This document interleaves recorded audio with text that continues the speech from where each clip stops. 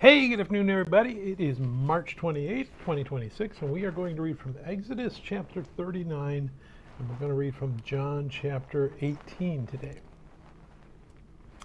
All right, so Exodus, we're finishing the construction of the tabernacle and the uniforms for the Levites, Aaron and his family, to be priests, that God gave to Moses on top of Mount Sinai and told him this is the guy who's going to do it, and put him in charge. And we've seen that guy get put in charge, and that he knows everything he's supposed to do, and he's following God's design to the letter. That's really the important thing we want to get out of here. So let's go ahead. We're going to read Exodus 39. Of the blue, purple, and scarlet thread they made garments of ministry for ministering in the holy place, and made the holy garments for Aaron, as the Lord had commanded Moses. He made the ephod of gold, blue, purple, and scarlet thread, and of fine woven linen, and they beat the gold into thin sheets and cut it into threads to work it in with the blue, purple, and scarlet thread and the fine linen into artistic designs. They made shoulder straps for it to couple it together. It was coupled together at its two edges, and the intricately woven band of this ephod that was on it was of the same workmanship, woven of gold, blue, purple, and scarlet thread, and of fine woven linen, as the Lord had commanded Moses. And they set onyx stones enclosed in settings of gold. They were engraved as signets are engraved, with the names of the sons of Israel. He put them on the shoulders of the ephod as memorial stones for the sons of Israel, and as the Lord had commanded Moses. And he made the breastplate, artistically woven like the workmanship of the ephod, of gold, blue, purple, and scarlet thread, and of fine woven linen. They made the breastplate square by doubling it. A span was its length, and a span its width when doubled. And they set it at 4 rows of stones. A row with a sardius, a topaz, and an emerald was the first row. The second row a turquoise, a sapphire, and a diamond. The third row a jacinth, an agate, and an amethyst. The fourth row a beryl, an onyx, and a jasper. They were enclosed in settings of gold in their mountings. There were 12 stones according to the names of the sons of Israel, according to their names engraved like a signet, each one with its own name according to the 12 tribes. And they made chains for the breastplate at the ends, like braided cords of pure gold. They also made 2 settings of gold and 2 gold rings, and put the 2 rings on the 2 ends of the breastplate. And they put the 2 braided chains of gold and the 2 rings on the ends of the breastplate. The 2 ends of the 2 braided chains they fastened in the 2 settings, and put them on the shoulder straps of the ephod in the front. And they made 2 rings of gold and put them on the 2 ends of the breastplate on the edge of it. Each was on the inward side of the ephod. They made 2 other gold rings and put them on the 2 shoulder straps underneath the ephod toward its front, right at the seam above the intricately woven band of the ephod. And they bound the breastplate by means of its rings to the rings of the ephod with a blue cord, so that it should be above the intricately woven bind of the ephod, and that the breastplate would not come loose from the ephod, as the Lord had commanded Moses. He made the robe of the ephod of woven work, all of blue, and there was an opening in the middle of the robe, like the opening in a coat of mail, with a woven binding all around the opening, so that it would not tear. They made on the hem of the robe pomegranates of blue, purple, and scarlet, and a fine woven linen, and they made bells of pure gold, and put the bells between the pomegranates on the hem of the robe, all around between the pomegranates. A bell and a pomegranate, a bell and a pomegranate, all around the hem of the robe, to minister in, as the Lord had commanded Moses. They made tunics artistically woven of fine linen for Aaron and his sons, a turban of fine linen, exquisite hats of fine linen, short trousers of fine woven linen, and a sash of fine woven linen with purple, blue, and scarlet thread, made by a weaver, as the Lord had commanded Moses. Then they made the plate of the holy crown of pure gold, and wrote on its inscription, like the engraving of a signet, "Holiness to the Lord." And they tied it to a blue cord to fasten it above on the turban, as the Lord had commanded Moses. Thus all the work of the tabernacle of the tent of meeting was finished, and the children of Israel did according to all that the Lord had commanded Moses, so they did. And they brought the tabernacle to Moses, the tent and all its furnishings, its clasps, its boards, its bars, its pillars, and its sockets, the covering of ram skins dyed red, the covering of badger skins, and the veil of the covering, the ark of the testimony with its poles and the mercy seat, the table, all its utensils, and the showbread, the pure gold lampstands with its lamps, the lamps set in order, all its utensils, and the oil for light, the gold altar, the anointing oil, and the sweet incense, the screen for the tabernacle door, the bronze altar, its grate of bronze, its poles, and all its utensils, the laver with its base, the hangings of the court, its pillars and its sockets, the screen for the court gate, the cords and its pegs, all the utensils for the service of the tabernacle, for the tent of meeting, and the garment of ministry to minister to the holy place. In the holy place, the holy garments for Aaron the priest, and his sons' garments to minister as priests, according to all that the Lord had commanded Moses. So the children of Israel did all the work. So they followed God's plan exactly. And who's credited for it?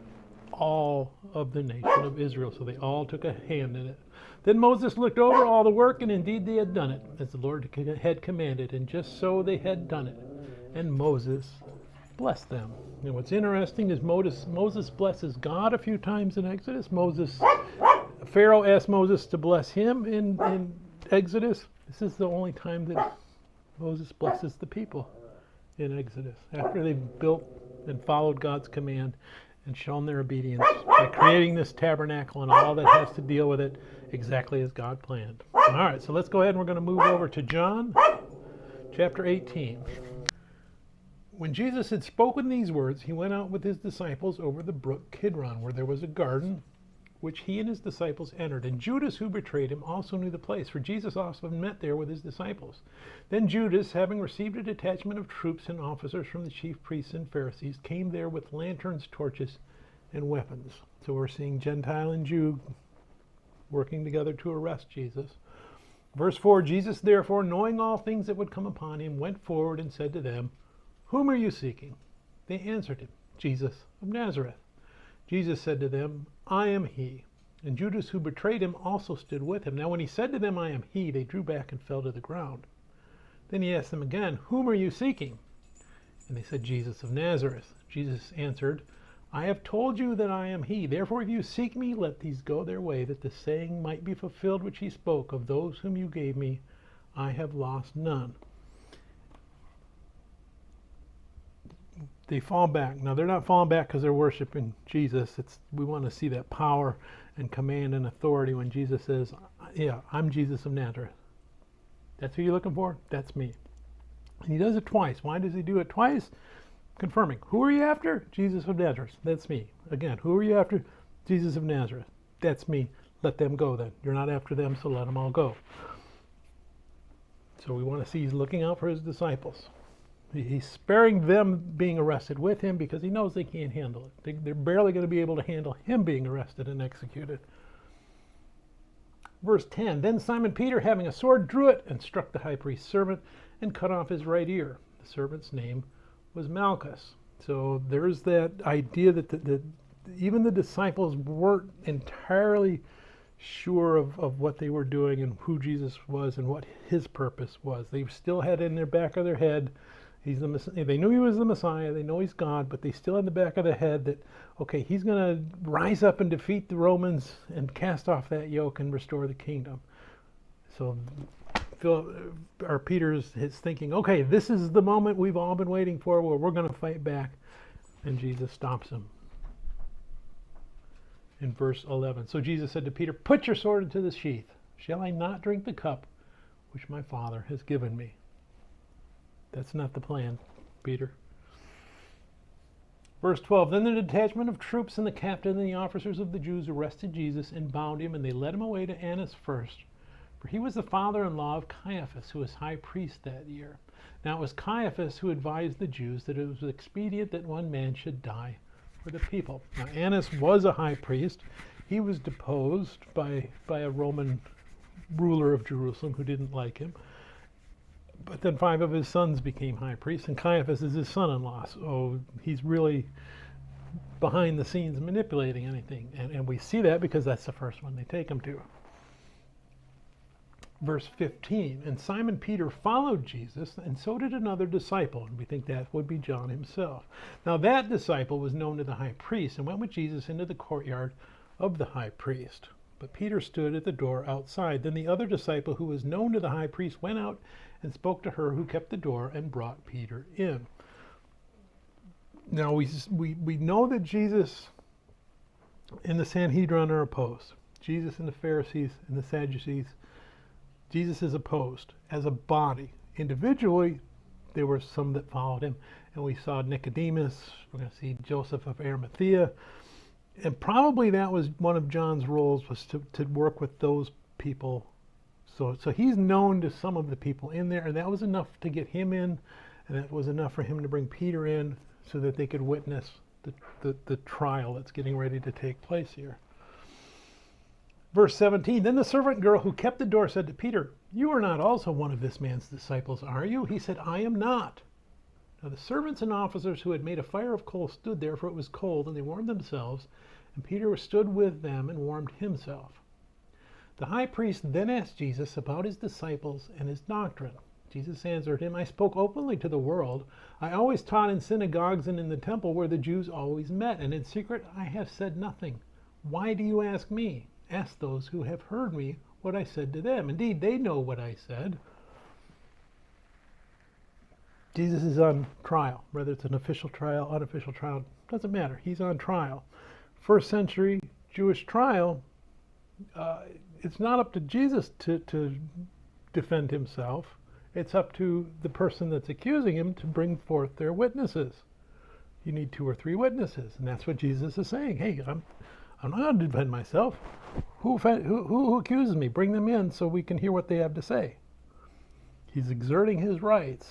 He's calling them out on the kangaroo-ness of this court proceeding. And as proof that that's what happened, we see right here in verse 22, and when he had said these things, one of the officers who stood by struck Jesus with the palm of his hand, saying, do you answer the high priest like that? Jesus answered him, if I have spoken evil, bear witness of the evil. But if well, why do you strike me? I did what I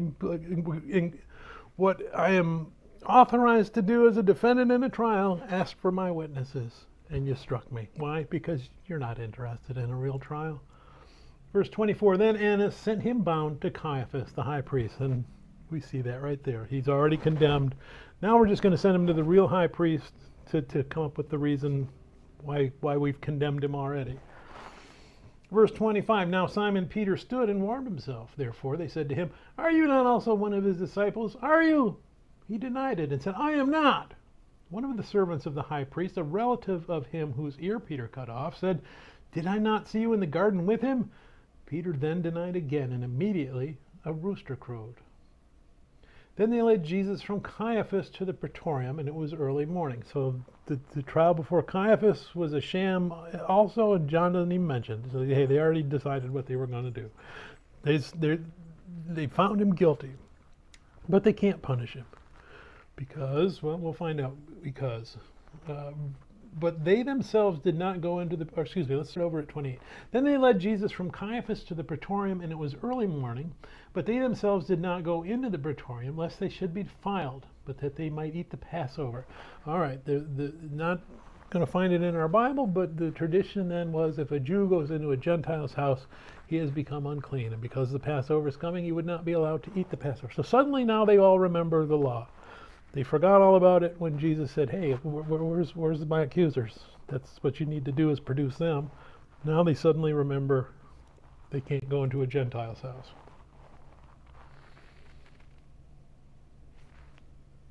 So they've turned over Jesus to Pilate. Verse 29. Pilate then went out to them and said, what accusation do you bring against this man? So again, okay, what's the crime? Where's the witnesses? Verse 30, they answered and said to him, if he were not an evildoer, why we would not have delivered him up to you. Well, we're not going to bring the accusers forward. Clearly he must be guilty. That's why we brought him to you. Verse 31, then Pilate said to them, you take him and judge him according to your law. Okay, well then go do what you're going to do. Therefore the Jews said to him, it is not lawful for us to put anyone to death, that the saying of Jesus might be fulfilled which he spoke, signifying by what death he would die. So they've already decided Jesus needs to die.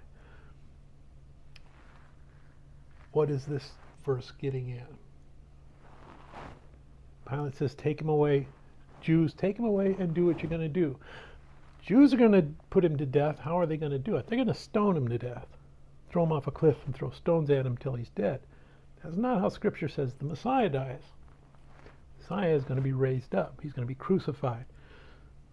So we need to have the Romans execute the death penalty because that's how he's going to be crucified. And we're going to see that God's plan is working all the way through this. All the way through Jesus' life, ministry, his crucifixion, and his resurrection. Verse 33, then Pilate entered the praetorium again, called Jesus, and said to him, are you the king of the Jews? Jesus answered him, are you speaking for yourself about this, or did others tell you this concerning me? Again, what do you think? Verse 35, Pilate answered, am I a Jew? Your own nation and the chief priests have delivered you to me. What have you done? Jesus answered, my kingdom is not of this world. If my kingdom were of this world, my servants would fight so that I should not be delivered to the Jews. But now my kingdom is not from here. It's spiritual, all spiritual. Pilate therefore said to him, are you a king then? Jesus answered, you say rightly that I am a king. For this cause I was born, and for this cause I have come into the world, that I should bear witness to the truth. Everyone who is of the truth hears my voice. Pilate said to him, what is truth? When he had said this, he went out again to the Jews and said to them, I find no fault in him at all. Pilate declares him innocent. But you have a custom that I should release someone to you at the Passover. Do you therefore want me to release to you the King of the Jews? So he's trying to get out of it, not because he's made the decision that Jesus is innocent, so I'm going to release him. There's expedience. Well, I think you're innocent, but I still want to appease these Jews, because if I don't give them what they want, they might riot. And if they riot, people are going to go to Rome and tell them I'm letting the Jews riot, and they're going to take my job away, and I don't want that to happen. So let me try one last gambit. Hey Jews, I've released somebody. Who should I release? 40, then they all cried out again, saying, not this man, but Barabbas. Now Barabbas was a robber. So they asked for somebody who really was guilty. So we're going to see that Pilate says, oh, okay, if that's what it'll take to keep you from rioting, I'll put this innocent man to death. May God bless reading his word. May God bless you. Bye.